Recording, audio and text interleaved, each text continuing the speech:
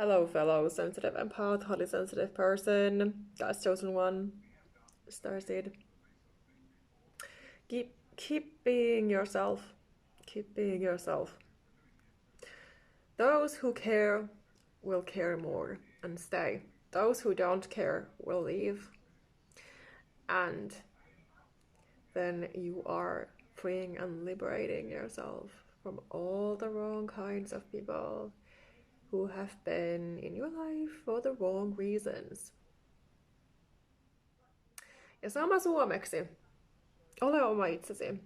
Sinä ihana erityisherkkä maaenkeli, henkisen väkivallan uhri, lähisuhdeväkivallan uhri. Ole oma itsesi.